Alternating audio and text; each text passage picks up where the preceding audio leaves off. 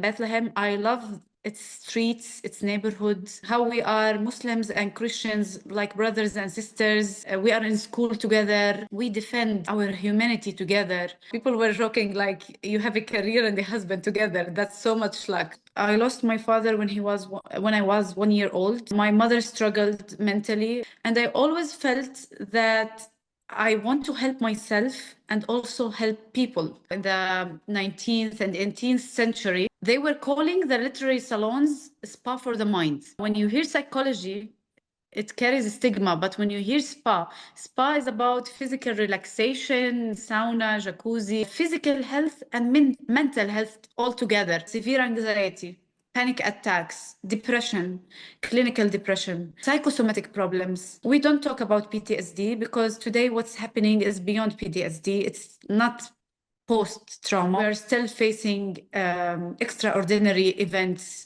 every day. We are barely breathing here in Bethlehem or in the West Bank. I used to say it's a cage, but today I don't feel that it's a cage anymore, because at least the cage, you feel sense of safety or sense of like your basic needs are met, but you lack freedom. I felt so down, especially because I am a mom. And by the end of the day, I need to be a professional, a therapist who's supporting the community.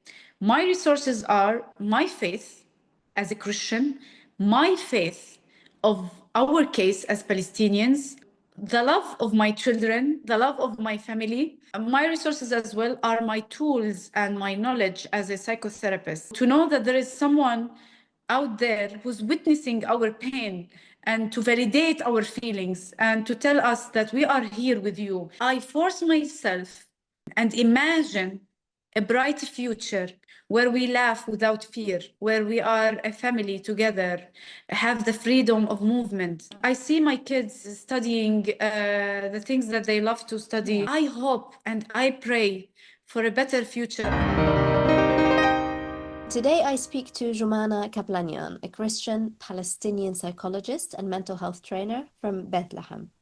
I first met Jumana here in the UK when we were both doing our masters at Oxford Brookes University. She has since gone back to Bethlehem, a part of my homeland that is off limits to me as a Gaza-born Palestinian. But Jumana has been up to a lot over there. In 2016, she launched Psychology Spa, the first locally run non-profit wellness center focusing on psychoeducation and fighting mental health stigma.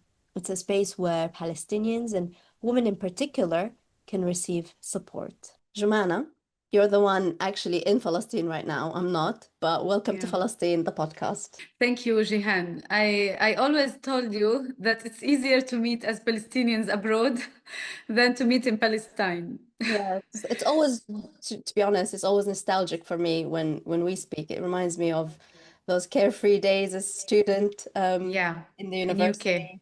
Yeah, in the UK. And it was basically the first time I became friends with fellow Palestinians from Bethlehem and 48 as well.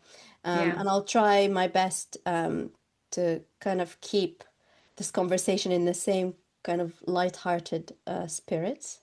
Although I'm sure it will be weighed down one way or another by the simple fact that we're Palestinians at this dark moment in time. But it's precisely because of all that's happening that I want to bring to people other sides to being Palestinian, you know, not just as victims of an occupation, but also people with sometimes personal struggles and dreams and worries, you know, the grind and the rhythms of daily life, if you will. Yeah. So here's a light one to start the conversation. Identity. Yeah, exactly. As you said, Jihan, we are not victims and we are not heroes. We are only human beings that love life and also want to have a dignity and have ambitions, have dreams, have kids. And we just want to live normally, like any human being in this world. You grew up in Bethlehem, you know, a Yes. place that Yes. the whole world knows.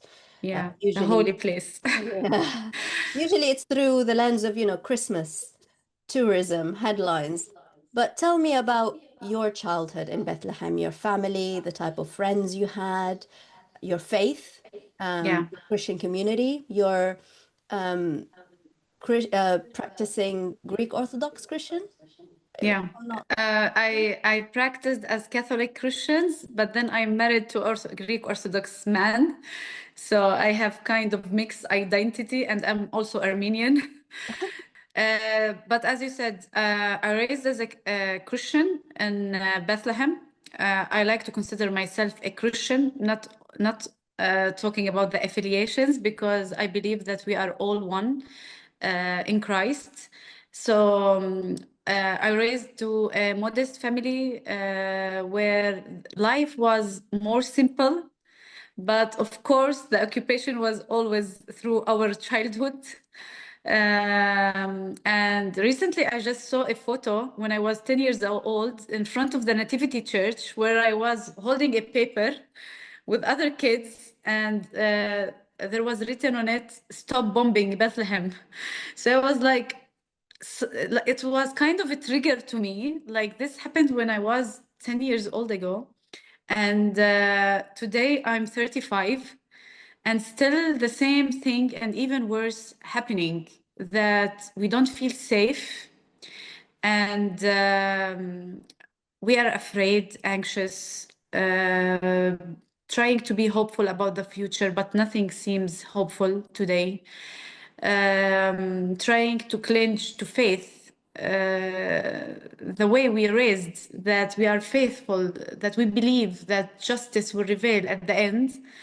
But in the same time, looking to reality, it's scary, especially when you have kids. And you feel guilty as parents that you need to bring them the best for their future. So yeah, I was happy to have this childhood in Bethlehem. I love its streets, its neighborhoods, how we are Muslims and Christians like brothers and sisters. We are good neighbors. We are in school together. We help each other. We defend our humanity together. We fight for our lives together. So that's something unique in Bethlehem and in Palestine. And that's something we feel proud of. But then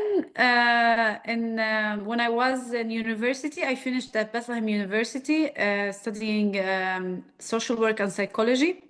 But I always wanted to study psychology. So I went to study in Oxford Brookes, where I met you, psychology. So I continued my higher education in psychology, and then specialized in different kinds of therapy, like cognitive behavior therapy, CBT, dialectical behavior therapy, DBT, ACT therapy, acceptance and commitment therapy, and recently EMDR, that is specialized to treat trauma. That was what I was going to ask you about next. You know, there's certainly not that many psychologists or psychiatrists in Palestine. I recently had a conversation with Dr. Samah Jaber, who is one of very few psychiatrists in the West Bank and who I admire a lot. Dr. Iyad Sarraj was another psychiatrist whom I've known well and who pioneered mental health care in Gaza, and he founded the Gaza Community Mental Health Program before he passed away in 2013.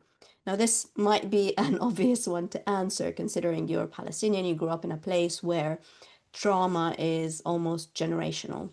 Yeah. But what drew you to psychology, to study psychology in particular? And are there many Palestinian psychologists in Bethlehem? Yeah, psychology for me is not a profession. It's not something that I thought a lot or thought about, that what I want to study. I think it's something that I carried since childhood. Personally, I had a difficult childhood. I lost my father when I was 1 year old. My mother struggled mentally. So I had difficult childhood myself. And I always felt that I want to help myself and also help people. And I always felt I'm close to people somehow. I have this gift that people feel that I feel about them. So I have this personal drive to help people and to help myself and to be in the community.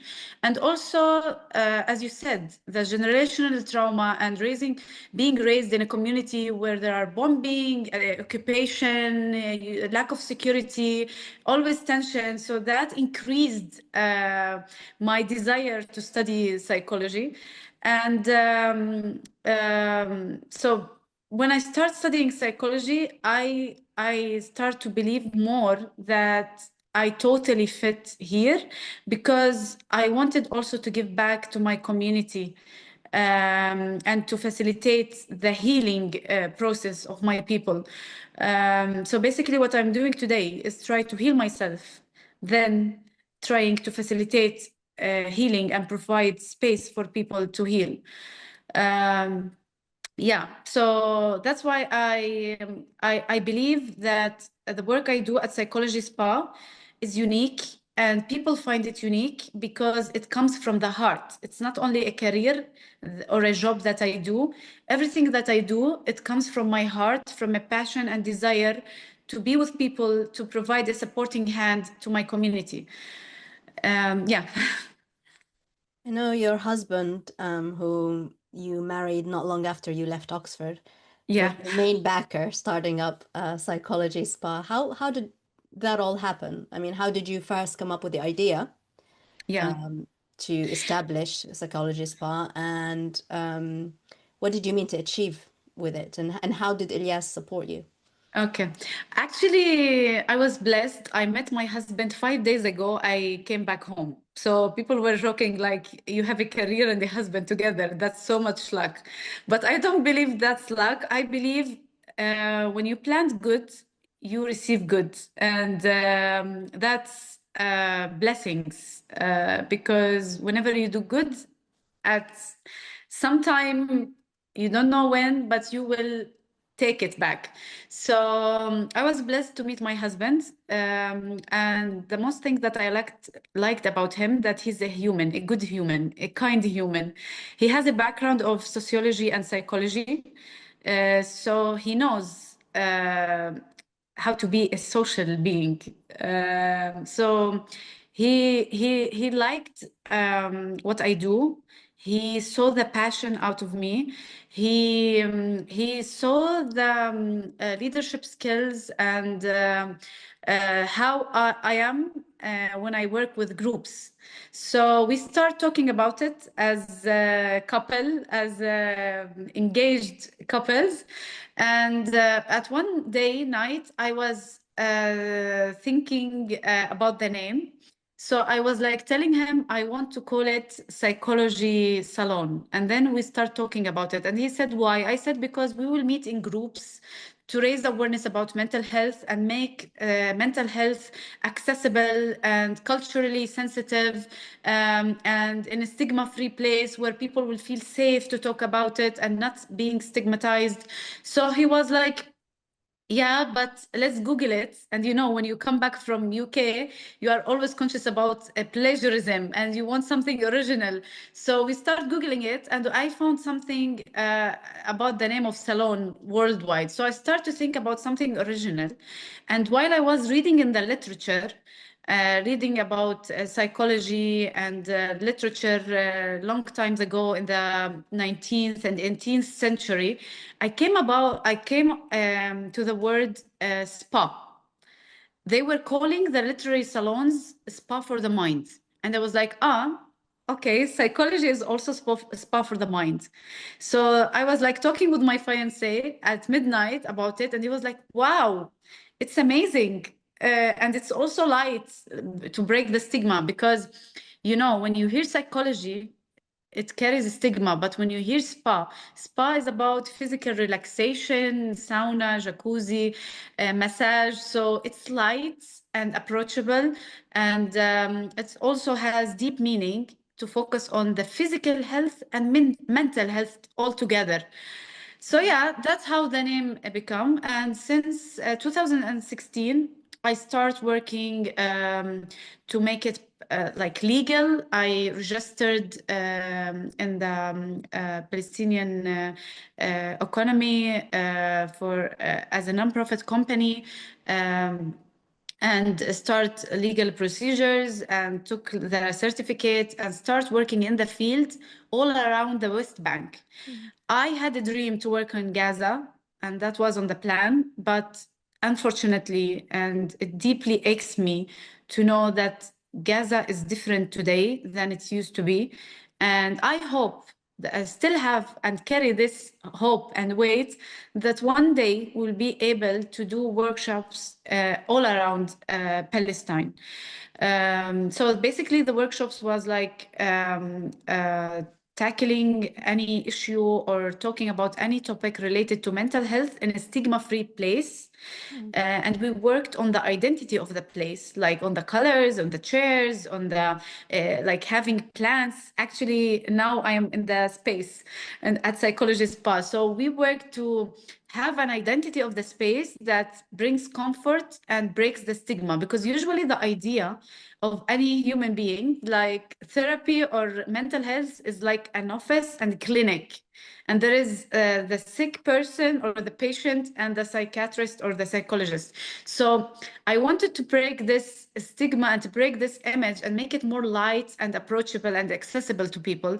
So we worked on the identity of the space and also worked on my skills and my knowledge and my tools as a psychotherapist, and also the rest of the team who works at Psychologist Spa to use non-traditional tools to raise awareness of mental health and to break the stigma that is related to mental health.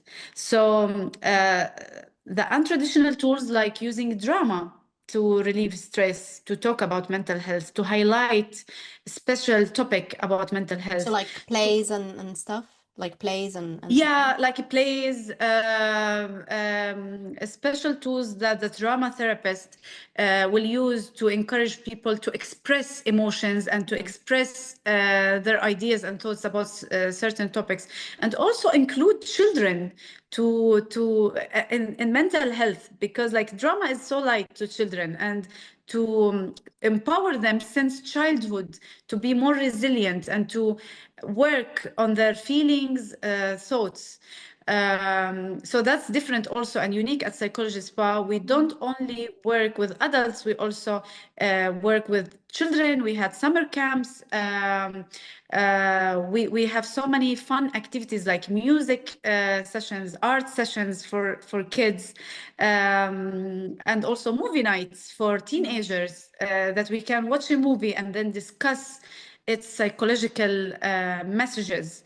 But as you start in the beginning, we give focus on our work to work with women and marginalized or the groups that feel less empowered or that needs more attention to empower them and to facilitate their healing.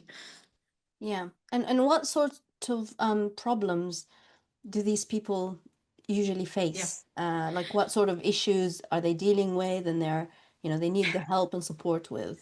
It's a difficult question, actually, Jehan, because there is a pre-war and post-war.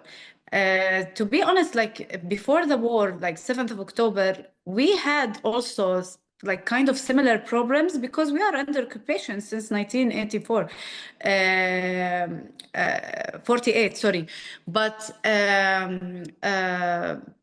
it increased, and supporting them has become more challenging for us.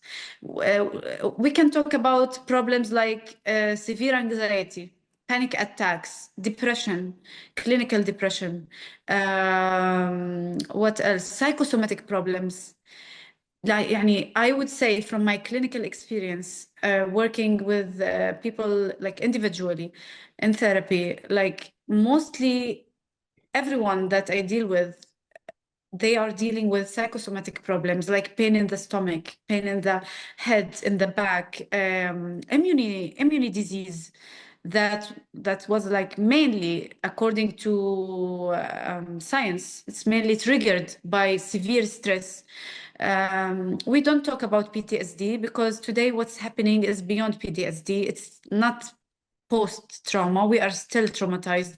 We are still facing extraordinary events every day, from humanization, from house demolitions, from installing a new military gates in every corner in the West Bank that makes movement like becomes a daily suffocation for us. Like we are barely breathing here in Bethlehem or in the West Bank. So the kind of problems that we face are that people are dealing with today is like feeling helpless, and that triggers physical illnesses, panic attacks, desperation about the future. Also, I treat so many kids that are traumatized since day one of the war. Like, I have so many school kids that are afraid to leave their mothers. They don't want to go to school because they are afraid that something will happen, rockets will bomb, that their parents will be killed. So they don't feel safe. Lack of safety is the main problem today. And honestly, personally, when I think about it, it aches me personally as a mother. Because as a Yeah, I was going to psychotherapist, ask you, is it hard yeah, doing all of this as a mother? I can't believe we're both mums yeah. to several children. Honestly, يعني, as a mother, I'm not a psychotherapist. I'm a mother, a normally human who wants the best for their kids, like any other human, who thinks about their kids' future, who wants the best for their future. So, as a mother, when I think about safety, actually, this is يعني, the most difficult thing that I'm dealing with personally for the last few months, that I don't feel safe to send my kids to school because there was a new gate that was installed between me and my kids in front of their school. So, and there is a soldier who's holding his gun like this when we are on the way. So I don't feel safe for my kids. I feel anxious when they are in school. I always want them around me. And when I am a psychotherapist and I think about the need of safety, I always remember the Maslow hierarchy of needs, that needs of safety comes directly after fulfilling the basic and fundamental needs, the physiological needs like food, shelter, and water. Yeah. And after it directly comes the need of safety. And Yeah. sadly, and it aches my heart that both the basic needs, the physiological needs, and the needs of safety, we are both deprived from, and we are both feel threatened by every day as Palestinians. So, and by the end of the day, I need to be a professional, a therapist who's supporting the community and providing a space for others to debrief, to heal, to know how to adapt to something that's actually impossible to adapt because it's even not a cage. Yeah. In a cage, maybe the bird lives in the cage, drinks, eats, and there is safety, kinds of safety. But in our cage, we are beaten. In our cage, there is someone who's every day telling us, "I will kill you. I will kill your kids." So that's actually, I used to say it's a cage, but today I don't feel that it's a cage anymore, because at least the cage, you feel sense of safety or sense of like your basic needs are met, but you lack freedom. But today, for us, freedom, it's a dream, while it's basic need for us as a human. So it's really difficult. What has it meant, actually, for you to build love and a home and a family in the midst of all this uncertainty, because That's you have to actually balance your role as a professional healer yeah. with, Actually, you that's my know, the resource. traumas that everyone else is, you know, going through. You have to go through that as well and process that. I would say, to be honest, I went through weeks where I felt down, and I didn't want to do anything. I went through weeks where I felt helpless, where I felt there is no point of doing anything. And it's not me. It's not me at all. Who knows Jumana knows that I am a fighter since I was born. Who knows Jumana knows that I am I am a leader. I am someone who lifts everyone's up. For me, there is no space to give up. I always say this.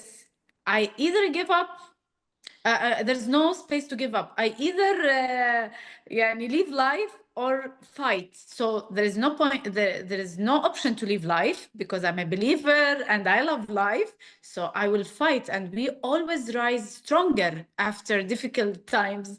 We always get more beautiful after difficult times. We learn, we grow, we are resilient. So for me, I see beauty in difficulties. I see beauty in obstacles. One of my talks in TEDx at Al-Quds University, my talk was about strength from weakness. So for me, I always motivate people that we always have beauty from weakness, from struggles, from difficulties. But today, with what all of our life, with all of what we are living, I felt so down, especially because I am a mom. I had different feeling because I am a mom. Yeah. And I feel guilty towards my kids. I feel why they have to live like this, why they have to question me, why the soldier is here next to our school, why they have to question why there are rockets, why they have to question why no one is doing anything to stop this, while we teach them about human rights, while we teach them about that's illegal to do this. So it's really difficult, but I would say my resources are my faith as a Christian, my faith of our case as Palestinians, our just case, um, the love of my children, the love of my family, to surround ourselves with each other. That's why also at Psychologist Pa, we do group support, like networking. We meet together sometimes just to chat, to cry, to laugh together, to make fun out of this misery conditions. So my resources as well are my tools and my knowledge as a psychotherapist. So I give myself the space to grieve. I give myself the space to take a break. I give myself the right to say no to work or to talks or to interviews when I don't feel like to. And I did in the last period, I did refused so many offers because I wasn't ready. I didn't want to. And actually, I thought a lot about our talk today, but I really wanted to because I feel to speak out helping me. I feel to speak out is helping us as Palestinians to be seen, to be heard, to know that there is someone out there who's witnessing our pain and to validate our feelings and to tell us that we are here with you and we talk about you and your case is just. So that are basically my resources. I love sports. I like to do sports. That helps me to release tension and anger and frustration. So yeah, thanks God, I'm good today. And I'm trying to be good. And it's a daily workout, Jehan, actually. Yeah. It's a daily workout in the normal days to work on your mental health. Yeah. But especially today, it's a daily extra effort to provide or to have special time for yourself to work on your mental health. Yeah. And because you live in Bethlehem and you know it's one of the most, if not the most spiritual place. Yeah. So for both the Christians and the Muslims who live there, what role do you think faith plays in carrying this grief and the trauma? Actually, I would say something, and I'm responsible about it, that it's the most strong tool ever, even in psychology, to encourage the people's faith, to encourage the coping strategies through practicing faith. I'm specialized in EMDR. I'm specialized in different kinds of therapy where you treat trauma, but today it's not a trauma. It's a daily abuse. It's a daily killing. It's a daily struggle. There is nothing stopping this craziness. We lack safety. Actually, we are in survival mode. We are surviving day by day. Sometimes we laugh when someone from abroad or friends try to plan something and tell us, oh, actually, are you free on October? Are you free on January? I want to cry and laugh when they say that, because we are living on survival mode. We don't know what happens tomorrow. Actually, in 1 second, an attack happens and everything closes and you are locked in your house. Yeah. So for us, faith is what makes me happy today. Faith is what makes me go to my work. Faith is what makes us believe in our case, believe in the justice, despite the lack of hope, despite of all the helplessness we feel. So as a psychotherapist, usually I'm neutral in therapy or in the psychoeducational workshops, and I don't provoke or I don't, let's say, put my own faith as a Christian on others, because I respect all other kinds of faith.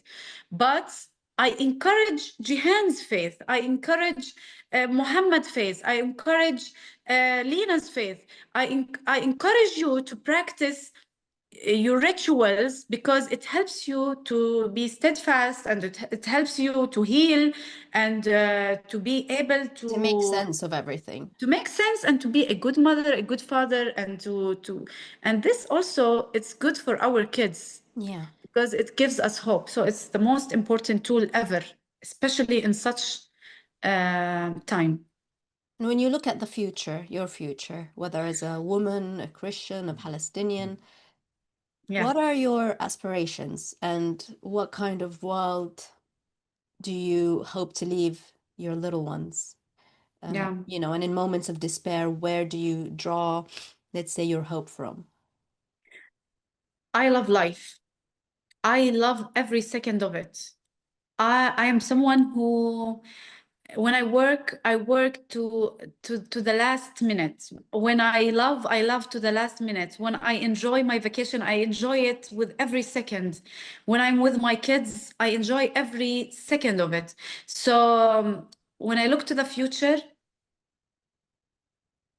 to be honest, I don't see a bright future, but I force myself to use the tool of imagination and imagine a bright future where we laugh without fear, where we are a family together, have the freedom of movement, drive our car and cross cities and travel without restrictions. I see my kids studying the things that they love to study, that they are leaders, that they speak up, they speak out, they don't feel afraid or don't feel silenced because they are telling the truth. I hope and I pray for a better future. I pray for a future where there is justice around the world, because what's happening today in Palestine, it brings violence and injustice all around the world. It's a small world. So when people fight for Palestinians' rights, they are fighting for their rights as well. So we all as humans want a future with no violence, wants a future with love, with living with each other, learn to speak each other languages, where we don't accept violence, we don't accept humiliation. There is justice, there is hope. And if you had a message to, or for young women, you know, around the world, what would that be? We are superheroes.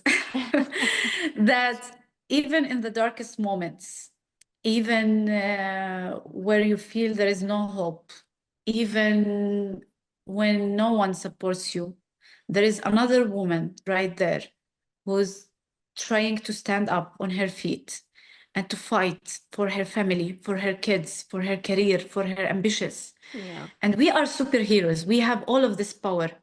It's okay to cry. It's okay to feel weak. It's okay to have bad days. But I always say it's only bad day and bad days, not a bad life.